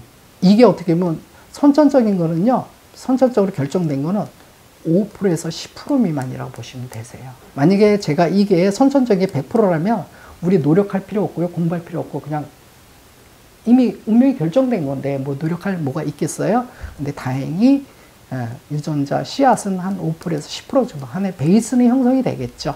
근데 그 베이스가 어떻게 효율적으로 작용하느냐 하는 문제는 바로 후생 환경적인 문제에 더 좌우가 많이 된다는 뜻이거든요. 그래서 환경, 즉 기후, 풍토, 생각, 감정, 음식, 식습관, 음식생활, 운동, 생활습관, 신체, 아까 얘기했던 그런 거에 의해서 그 기능이 유전자 발현이 바뀐다는 것이죠. 중요한 건 여기에 있어요. 즉 살면서 겪는 것의 거의 모든 것이 유전자 발현 효과하고 연관이 되거든요. 즉 세포 반응에 실시간으로 영향을 주거든요. 영향을 주어 반영되며 그 중에서 좀 더 고정 패턴화됐다든가 습관화된 어떤 일부는 후손에게까지 유전될 수 있는 확률이 높다는 거죠. 결국은 다 확률 게임이거든요. 그러면 여기서 우리가 생각할 건 뭐냐면, 그럼 좋은 습관 가지고 좋은 음식 먹고 이러면은 확률을, 안 좋은 쪽으로 갈 수 있는 확률은 줄일 거고, 좋은 길로 갈 수 있는 방향의 확률은 되게 높일 거 아니에요. 바로 여기에 제가 이거를 갖다가 이렇게 심도를 기울여서 이렇게 설명하는 이유 중에 하나입니다. 우리는 결국은 생활인이기 때문에 의학이 충분히 발달이 돼서 그걸 대신해주면 우리가 그럴 필요 없고, 의학에 의존하잖아요. 근데 의존하는 거 별로 안 좋아요. 제일 좋은 거는 뭐냐면 내 노력을, 내 변수를 내가 컨트롤 해가면서 내 주체가, 인생의 주체가 내가 돼서 내가 내 운명을 만들어가고 인생을 만들어간다는 그 자세가 오히려 더 중요한 거지. 그런 자세가 빠지니까 자꾸 의학적인데 약물에 의존하고 뭐에 의존하고 하다 보면 결국은 불완전한 세상의 변수에 자기 인생이 노란해지는 이런 꼴들도 당할 수도 있는 거니까요. 이런 면들은 조금 한번 심사숙고해서 생각해 볼 문제니까. 일단 내가 내 운명을 개척하고 내 운명을 쥐고 컨트롤할 수 있다는 게 정말 가장 중요하고 소중하잖아요. 그게 내가 뭐 어떤 문제가 있을 때 내 스스로 뭔가 할 수 있다는 게 얼마나 좋아요. 근데 아무것도 할 수 없는 어떤 상황이라면 얼마나 난 제일 서글픈 게 그거라고 생각해요. 그래서 이제 그렇게 얘기를 하고요. 어쨌든 좀 더 어떤 생활 습관이 오랫동안 습관화되고 패턴화된 거일수록 좀 더 굳어지겠죠. 그럼 후손에게 전해질 가능성이 높겠죠. 단 여기서 후손에게 전해진 때는 언제냐? 가임기 때 그 남녀겠죠. 결혼해서. 그래서 후손 유전하기 좀 좋은 후손을 둘 수 있는 요 원리를 이용해서 내가 좀 하나의 아이템을 드리면, 이제 왜 2세를 낳을 계획이 있잖아요. 그러면 최소 한 3개월 이전부터 좋은 생활 습관을 개선을 해서 도입을 하는 거예요. 그러면 이제 그만큼 이제 후손 유전학적으로 좋은 환경의 베이스가 3개월 정도 되면 많이 형성이 되잖아요. 그때 이제 자손들을 가지려고 노력을 하면 좀 가능하면 그래도 좋은 어떤 유전자들이 발현될 확률들이 높아지겠죠. 그것도 하나의 지혜죠. 그죠? 네, 그렇게 한번 좀 활용해 보시라는 얘기 좀 드리고 싶고요. 그 다음에 이제, 많은 연구에 의하면 여기도 나오죠. DNA 메티라는 운동에 의해서 개선되기도 하고, 그 다음에 흡연이나 스트레스에 의해 악화되기도 한답니다. 그러니까 가용적이라는 거. 그러니까 내가 생활 습관을 어떻게 해주느냐에 따라 좋은 쪽으로 갈 수도 있고, 나쁜 쪽으로 갈 수도 있다는 거. 그 중에, 그 사람은 가장 핵심적인, 일상적인 음식과 영양이겠죠. 또 독소도 되겠죠. 그래서 음식이 되겠죠. 근데 우리 독소 이런 것들이 되게 음식 속에 많이 껴들어오니까 좀 질 좋은 먹거리. 그래서 이제 최종 이제 결론도 이제 내려드릴 건데, 우리가 매일 먹는 음식이 그 음식이 유전자를 좋게도 하고 나쁘기도 한데 이렇게 나오네요. 바로. 네, 그런 얘기하고요. 그 다음에 또 이제 이 음식과 영양의 중요성이 또 어디에 이제 한 사례가 있냐면, 꿀벌이 암놈들이 처음에는 일벌과 여왕벌이 다 똑같대요. 그래서 일벌은 보통 이제 암놈의 일벌은 평균 수명이 한 7주 정도밖에 안 되고, 여왕벌은 무려 1년 내지 3년이나 산대요. 그 다음에 또, 일벌은 암컷인데 난소가 태어서 불임이 되는데, 여왕벌은요, 무려 하루에 2,000개의 알을 갖다 낳고 평생 200만 개의 알을 낳는데요. 참 되게 차이가 극명하잖아요. 그죠? 근데 그 차이는 딱 하나래요. 뭐냐면 일벌과 여왕벌이 태어난 지 3일까지는 똑같은 유충으로 구별이 안 된대요. 근데 3일째부터 한 유충에는 집중적으로 로얄 젤리를 먹인대요. 로얄 젤리를 많이 먹은 그 유충이 자라서 여왕이 된다는 거. 참 이게 후속 유전학의 어떤 극명한 하나의 예이기 때문에 이렇게 좀 밝혀져 있네요. 그 다음에 지금 여기는 이제 음식에 대한 얘기만 했잖아요. 근데 제가 저번에 그 전신적인 교정 효과에 대해서 얘기할 때 생체 매트릭스계를 내가 얼핏 지나가면서 정리를 해드렸죠.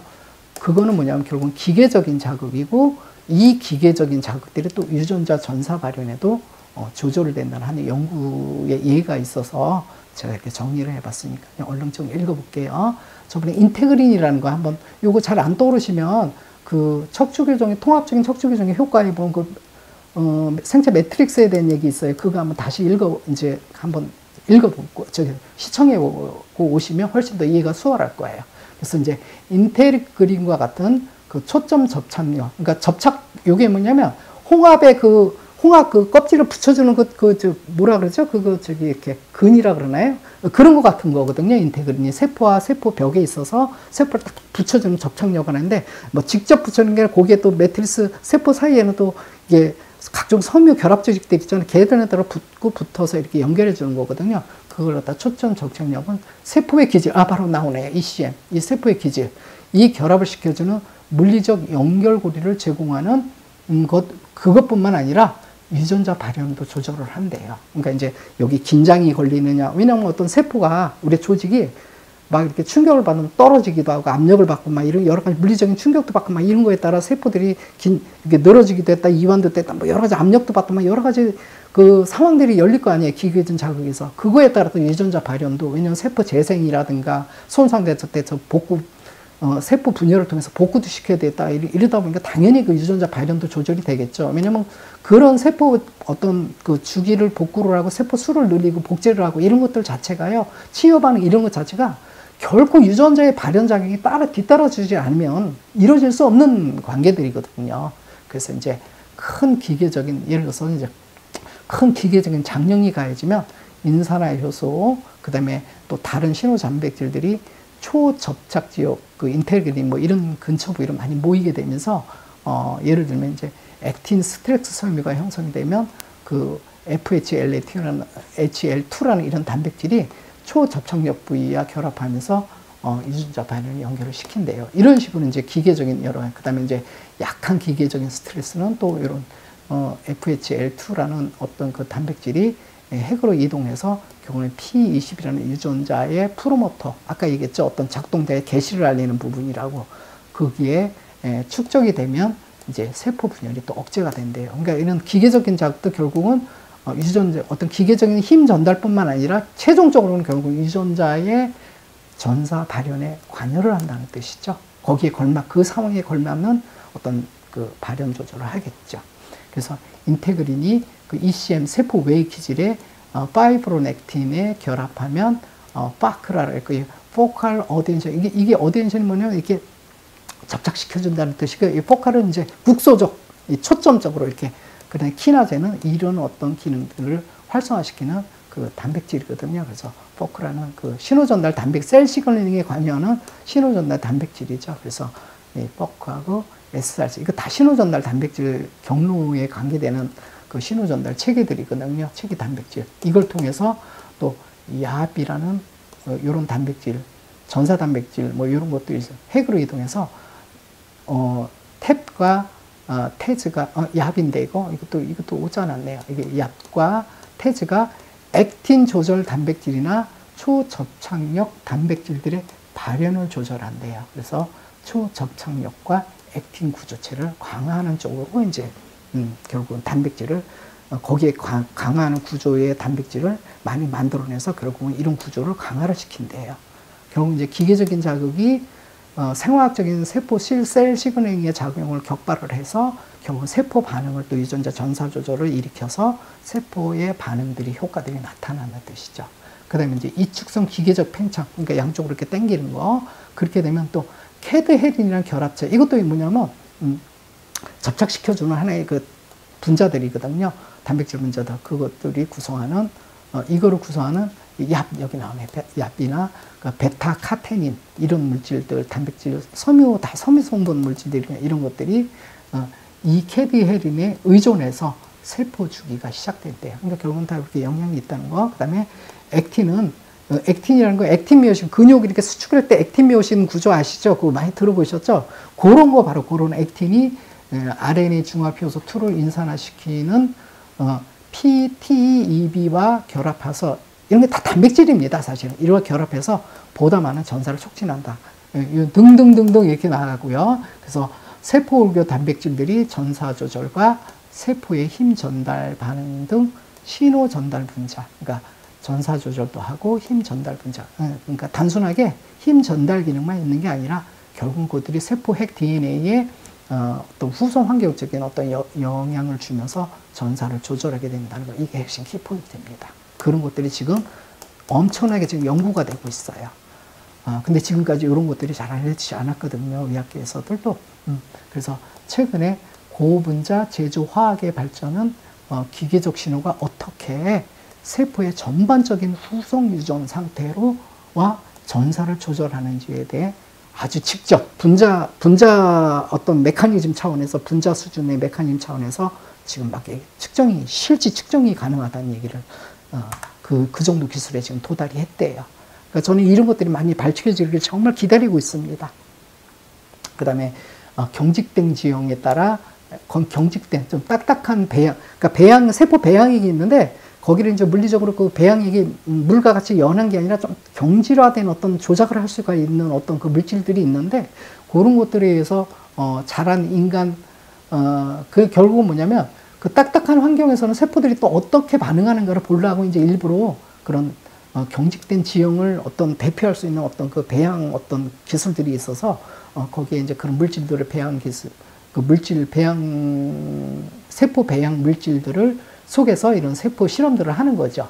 그래 인간 간엽 줄기 세포는 크로마틴 리모델링이 일어난다는 얘기겠죠. 아까 크로마틴 리모델링이 컴팩트냐, 그래서 닫힌 그 헤테로냐 아니면 벌려지는 유크로마틴, 그래서 벌리된 상태는 유전자 발현이 촉진이 되고 액티브 활성화되고 닫히면 락킹이 걸려서 유전자 발현이 안 되는, 결국 유전자 발현 조절이 된다는 얘기죠.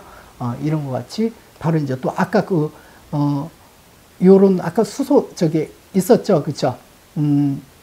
히스톤 그 아세틸 트랜스퍼라즈에 옮겨주는 것들, 그다음에 이건 떼어내는 것들, 요거는 히스톤에 아세틸을 붙이는 거 효소, 요거는 히스톤에 아세틸기를 떼어내는 효소, 이런 것들이 나타날 그 어떤 증가, 요거는 그 리모델링이 이러면서 이게 증가되기도 하고 또 감소돼 이거로 된대요. 그러면 이거는 기본적으로 유전자가 활성이 되겠구나 하는 감을 잡을 수 있겠죠. 네. 그 다음에 기계적으로 팽창시킨 표피 간세포에서는 핵막 안에서 핵막외로 에머린이라는 그 핵막 단백질이 있거든요. 이게 재분포되면서 에치스, 히스톤 3번 K 리신의 9번째 메틸기가 이렇게 2, 3, 요런 메틸기가 붙으면서, 요런 것들이 붙으면서 유도가 되면 전반적으로 전사가 억제가 된대요. 그 다음에 또 기질의 어떤 그 강직성, 아까 세포의 기질이 있죠, ECM. 그런 것들이 이제, 뭔가 이렇게 긴장이 돼, 텐션이 걸리거나 혹은 압축이 걸리면 되게 강직해질 거 아니에요? 그런 압축력과 인장력이 외에 어떤 그것뿐만 아니라 세포의 그 기하학적인 구조, 그 자체도 바로서 핵의 구조나 염색질 구조, 또 유전자 변화를 조절을 한대요. 그러니까 되게, 어떻게 보면 우리 몸이라는 건요, 우리가 살아가면서 우리 세포는, 세포 세계도요, 결국은 우리 인간이 살아가면서 겪을 수 있는 모든 가능성에 대해서 다 그 본자적인 메커니즘들이 다 이미 구비가 돼 있다는 뜻이에요. 유전자 전사 발현뿐만 아니라 거기에 응대하는, 상응하는 모든 어떤 조절 시스템들이 이미 우리 몸속에는 다 갖춰져 있다는 뜻이거든요. 그거 좀 명심하시고요. 그래서 조그만 원형에서 섬유아세포를 키우면 길쭉한 사각형 뭐 이런 거에서 키우는 것보다는 핵막의 역동성을 보이고 연체 촉진이 이렇게 나오고요. 그다음에 강직된 재질 속에서 섬유아세포를 장기간 키우게 되면요, 탈분화 재프로그램이 돼서, 탈분화와 재프로그램이 돼서 섬유아세포가 노화되는 게 좀 젊어지고 그런데요. 이게 뭐냐면 탈분화되고 재프로그램 된다는 얘기가 뭐냐면 섬유아세포가 다시 줄기세포로 바뀐다는 뜻이거든요. 줄기세포로 바뀐다는 뜻이 바로 약간 좀 세포의 입장에서 볼 때 되게 젊어지는 거거든요. 그리고 이러한 발견들은 기계적인 자극들이 다양한 형태로 가해지면서 후속 유전체를 각기 다른 방식으로 조절할 수 있음을 보여준다. 이렇게 결론이 되어 있고요. 그 다음에 이제 또 하나는 기계적인 자극들이 초점 접착력이라든가 세포 연접, 세포가 이어지는 그 접촉 부위, 그 다음에 얍과 태주를 통해서 이런 어떤 기계적 자극의 세포 전달 메커니즘이 대개 얍과 태주라는 이런 셀 시그널링을 통해서 제일 많이 이제 중심 어떤 역할을 해준대요, 얘네들이. 그래서 직접 생화학 자극으로, 그렇죠. 기계적인 자극이 얘네들을 통해서 생화학 자극으로 연결됨을 보여주고 생리적인 힘들이 물리적으로 어떻게 염색질 구조, 크로마틴 구조니 뭐 이런 것들, 생화학적인 신호 전달 체계와 유전자 발현을 조절하는지에 지금 활발하게 지금 연구가 되고 있다는 뜻이고요. 생리적인 수준에서 힘은, 그러니까 세포에 가해진 생리적인 수준의 힘은 염색질을 늘어나게 할 수도 있고, 또 기계적인 반응, 유전자 모두 발현을 증가시킬 수 있음을 발견했대요. 그래서 이런 그 여러 가지가 있는데 이건 좀 읽어보시고요. 좀 참고하세요. 그 다음에 이제 NICN 여기 뭐냐면 링커 오브 뉴클리어스 스켈레톤, 그러니까 핵 골격기질하고 사이토스켈레톤이 뭐냐면 세포질 골격기질이에요. 이거를 연결해주는 구조래요. 그런 구조가 세포 내에서 가장 크고 딱딱한 세포 내에서 가장 크고 딱딱한 게 사실 세포 핵이래요. 그러니까 이 세포 핵과 세포 골격 그 스켈레톨 이런 것들 연결해서 유전자 발현과 그다음에 기계적인 힘 전달 모두를 조절한다. 이제 알겠죠? 나머지 이렇게 또 좀 복잡한 얘기지만 결국 뭐냐면 이 생체 매트릭스라는 결합 조직 시스템을 통해서 제가 세포 밖에서부터 세포 안에 저 핵막까지 DNA까지 기계적으로 다 결합 조직을 통해서 연결이 돼 있자 그랬잖아요. 그러면 밖에 어떤 외형적인 물리적인 변화들이 결국은 세포 핵까지 다 유전자에까지 작동 방식에 영향을 준다는 얘기거든요. 그걸 줌으로 인해서 기계적인 자극들이 그 유전자 전사 발현에도 영향력을 준다는 얘기. 요게 핵심 키포인트입니다. 예, 다음 넘어갈게요. 그래서 여기도 이제 그런 예인데 이제 여기도 요거 하나만 좀 밝힐게요.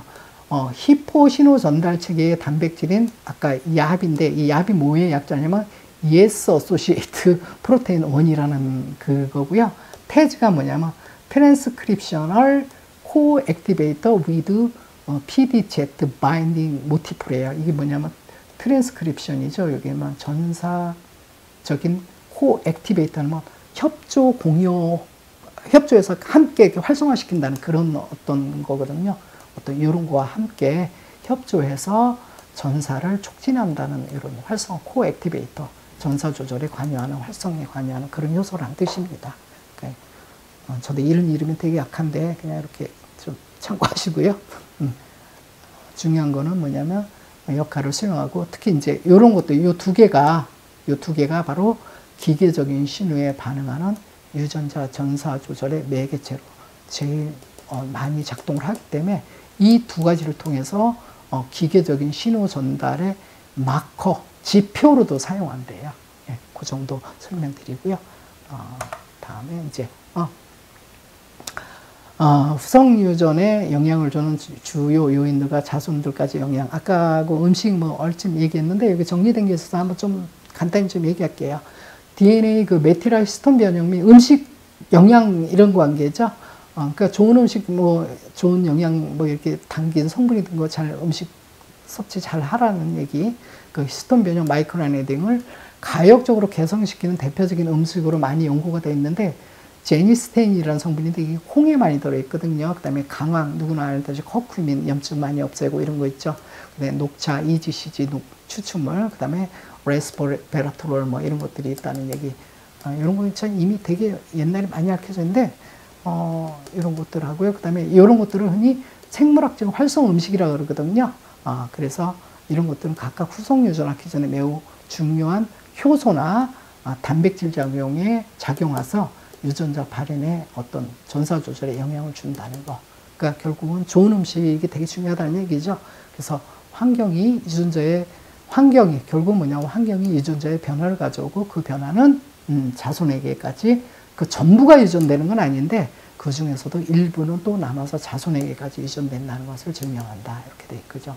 근데 이제 사실은 음식뿐만 아니라 사무의 정신적인 스트레스, 그 다음에 흡연, 음주, 뭘 먹느냐, 독소, 뭐 약물분 등이 태아의 DNA 메틸레이션에 영향을 주고 결과적으로 자손의 질병에도 영향을 줄 수 있다는 얘기를 하고 있고요. 그 다음에 그래서 태교가 나름대로 좀 의미가 있는 게 태교로 불리는 산모의 시기 때 영양과 스트레스 등의 어떤 상태가 산모 자신뿐만 아니라 태아의 성인 건강에, 태아가 자라서 성인이 됐을 때의 어떤 건강에까지도 영향을 끼칠 수 있다는 거 주의할 필요가. 그래서 음식 생활 막 하지 말는 거 이런 얘기 하고요. 그 다음에 여기 음식만 얘기했지만 사실은 생활 습관 자세도 포함됩니다. 음식만 중요하지 않아요. DNA에 미치는 영향은 본인에게 국한되지 않고 넘어간다는 거, 자손들에게 넘어간다는 거. 같은 얘기 반복되니까 넘어갈게요. 근데 이제 그런 기전의 주 메티랄이, 그래서 이제 태아 아까 제 프로그램 얘기했죠. 요 제 프로그램을 영향을 준 게 가장 기전의 핵심 바로 DNA 메티라라는 거. 그다음에 이제 여기 나오네요. 이제 이런 어떤 음식들이 관계들이 결국은 이렇게 이제 에이징 노화라든가 캔서 암이라든가 그다음에 이제 뉴로제네티브 인데 신경 퇴행성 질환들 뭐 치매, 파킨슨병, 알츠하이머병 뭐 이런 거겠죠. 그다음에 비만, 오베시티 앤드 그 메타볼릭 신드롬, 대사 질환들 알죠? 비만, 당뇨, 고혈압 쫙쫙쫙쫙 시작되는 거. 그런 것들이 또 이렇게 각자 이렇게 화살표대로 쭉쭉 영향을 받는다는 거. 이렇게. 그다음에 그래서 이렇게 다 이렇게 영향을 받는다는 거. 이걸 정리했으니까. 네, 이제 케톤식을 통한 또 뇌신경세포 보호기전이라는 게 또 분자생물학적으로 밝혀진 게 있어서 제가 참고적으로 이렇게 놓거든요. 흔히 케톤식 하면 뭐냐면 흔히 많이 알려진 게 저탄고지식으로 많이 알려져 있죠. 그래서 탄수화물 비율을 조금 낮춰주고 고급 지방 수준을 좀 올려주는데, 근데 대개들 그 지방을 좀 높이라 그랬더니 뭐 삼겹살님이 동물성 육류기름을 많이 드시는데 그거는 아닙니다. 그게 아니고 우리 지방에 보면 긴 지방, 장세 지방이라는 게 사슬이 있는, 지방산 사슬이 있는데 장세 지방이 있고 그다음에 중세 지방이, 중간 단계에 중세 지방이 있고 또 단세 지방 사슬이 이런 게 있는데, 요거는 뭐냐면 좀 중세 지방 이하의 어떤 식물성 그 견과류 기름이라든가 뭐 올리브 오일이라든가 아니면 코코넛 오일 이런 종류의 어떤 성분 속에 어떤 지방 성분들이 있는데 그런 것들을 좀 많이 그런 것들을 주로 드시라는 얘기거든요. 그렇게 되면 어떤 효과가 있냐면 그 베타 하이드록시 그 부티르산이라는 그게 있어요. 요게 뭐냐면 바로 히스톤의 탈아세틸화를 이쪽으로 하면 이제 히스톤 탈아세틸화가 되는데 요거를 갖다가 저해를 하죠.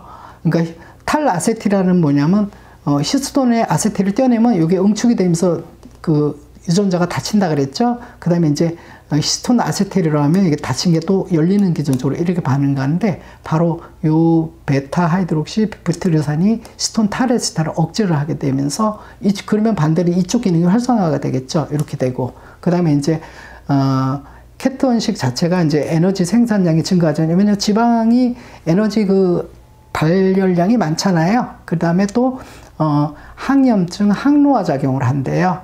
그렇게 되면서 신경세포를 좀 보호하는 작용이 있대요.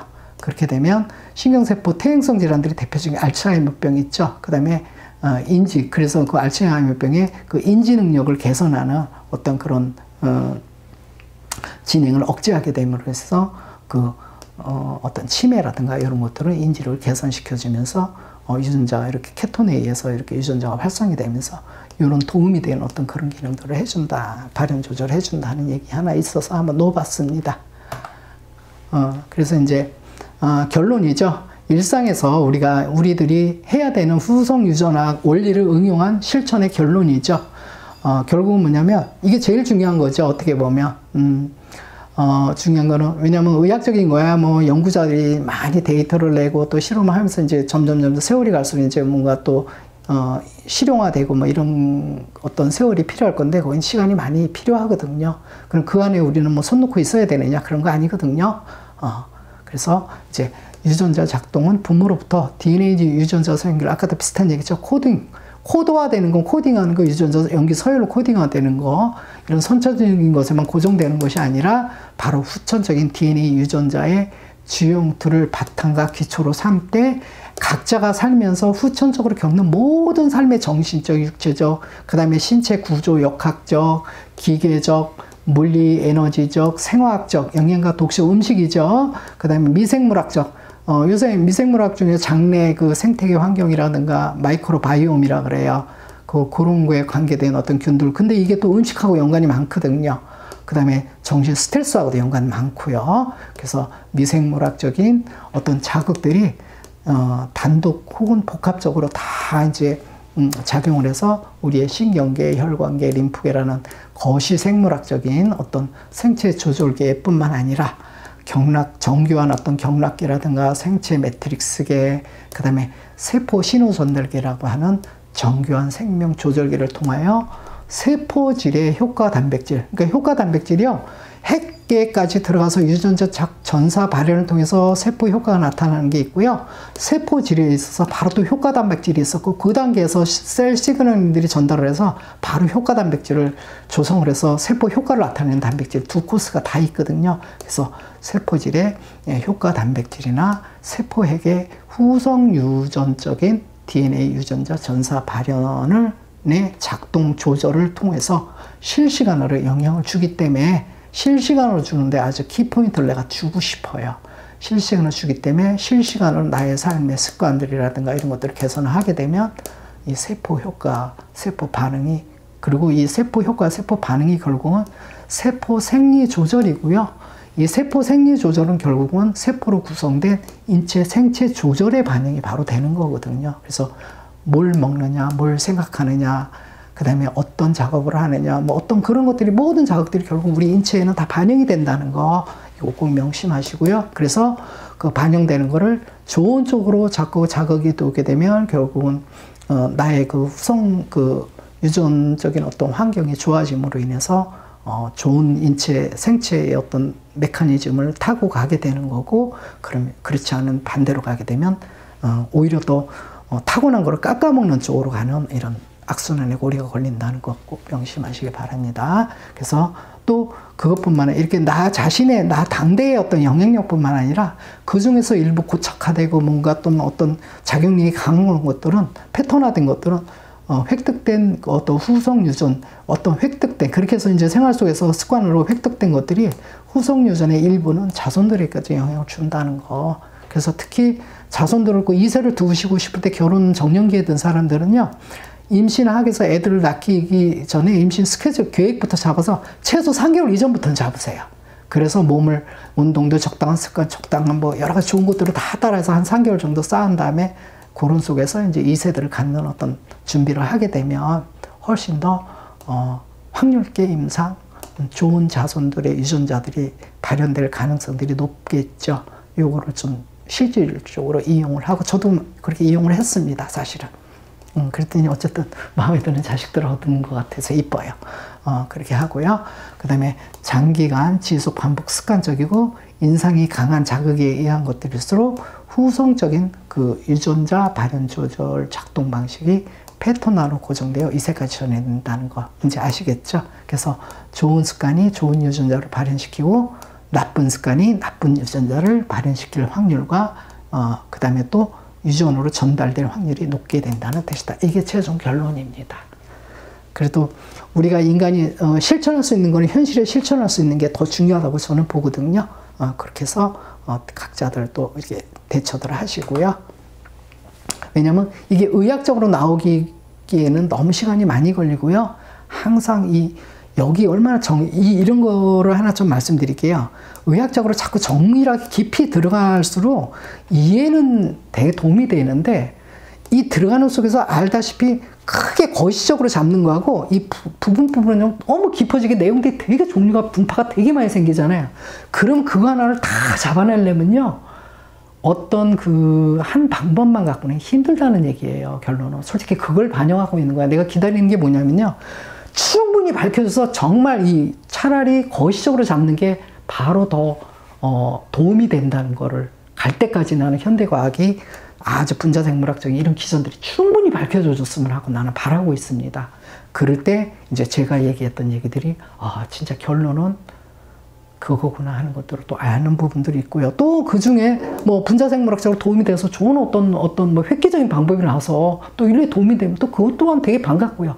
그래서 어쨌든 과학 세계는 자꾸 발전이 돼야 되는 게 너무 고맙고요. 저도 아마 옛날에 태어났으면 이런 귀한 정보들을 어떻게 알았겠어요. 그래도 이 시대, 좋은 정보화 시대에 정보가 넘쳐난 이런 시대 때 그래도 과학이 밝혀주는 이런 아주 섬세하고 디테일하고 구체적인 어떤 정말 인간들이 함부로 볼 수도 없는 이런 부분들에 대한 것들을 이해력을 갖게 됐다는 것도 어떻게 보면 과학적 지식의 축복이거든요. 이 시대에 사는데. 근데 그것들을 잘 이용하면 축복인데 잘못 이용하면 꽝이라는 거 꼭 명심하시고요.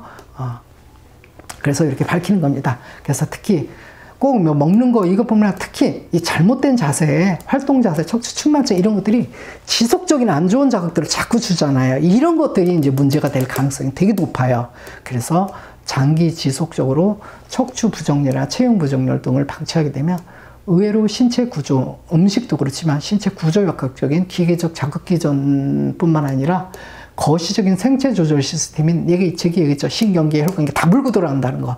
그 다음에 정경, 경락계, 생체 맥트리 시스템, 분자 생물학적인 세포 신호 시스템 전달계에 연계된 후성 유전학적인 유전자 전사 발현 조절에도 되게 부정적인 영향을 지속적으로 그것도 알게 모르게 소리 소문 없이 계속 반복이 되면 총체적 또는 종합적으로 미치게 됨으로써 안 좋게 되기 때문에 바로 틀어진 걸 바로 조기에 가능하면 제대로 치료받는 것이 소중하다고 저는 생각합니다. 그래서 얘기했지만 또 바른 척추는 항상 얘기했지만 건강과 행복의 태도를 보고 기분이 있어야 몸이 산다는 얘기하고요.